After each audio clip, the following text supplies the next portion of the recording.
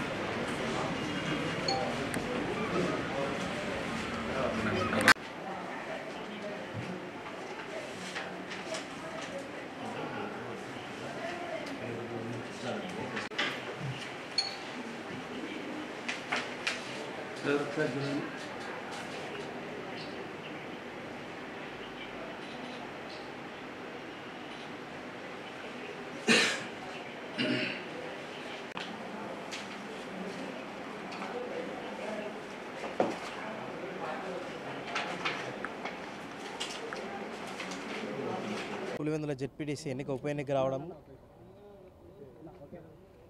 ఓకేనా పర్లేదు. ఇప్పట్లో జెడ్పీటీసీ ఎన్నిక రావడము చాలా బాధాకరమే. ఒక మనిషి చనిపోతూనే దాని మీద నేను పోటీ చేయడం చాలా బాధాకరమే. ముఖ్యంగా ఏంటంటే ఇక్కడ ప్రధాన కారణం ఏంటంటే వైఎస్ఆర్సీపీ అభ్యర్థిగా నిలబడితే మాత్రం నేను వేసేవాడిని ఆపోజిట్గా నిలబడడం తప్పు. క్షమించాలి ఆ కుటుంబం, మహేశ్వర్ రెడ్డి అన్న కుటుంబం క్షమించాలి. ఆ అక్కైనా అన్నైనా వాళ్ళు ఎవరైనా కానీ.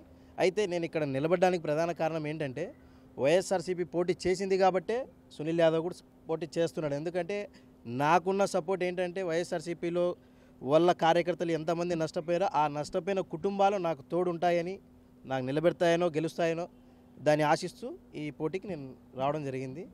విషయమే ఇంకేమన్నా అంటే కేవలం వైఎస్ జగన్మోహన్ రెడ్డి మీద ఉన్నటువంటి అంటే అటువంటి ద్వేషంతో మీరు పోటీ ద్వేషం అని మీరు అంటారు, నష్టపోయినని నేను అంటానన్నా. ఏ విధంగా నష్టపోయినంటే రకరకాలు ఉంటాయి అవన్నీ.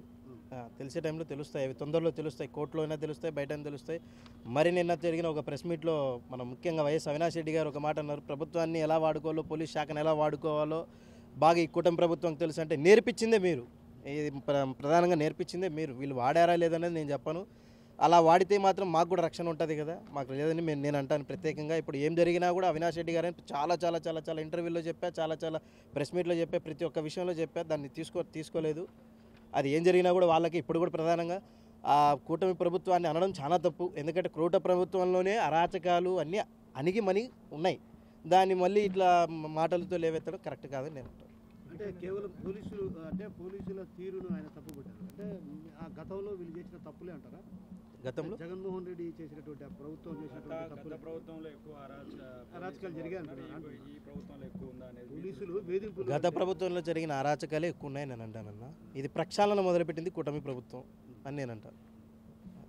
దీని వెనకలైతే నాకు ఎవరు సపోర్ట్ లేరు, కూటమి ప్రభుత్వం వైపు నాకు ఎవరు పెద్దలు సపోర్ట్ లేరు. మళ్ళీ కూడా చెప్తున్నా, ఇది నా స్వతంత్రంగా నేను వచ్చి నామినేషన్ చేయడం జరిగింది. ఇండిపెండెంట్ అభ్యర్థి.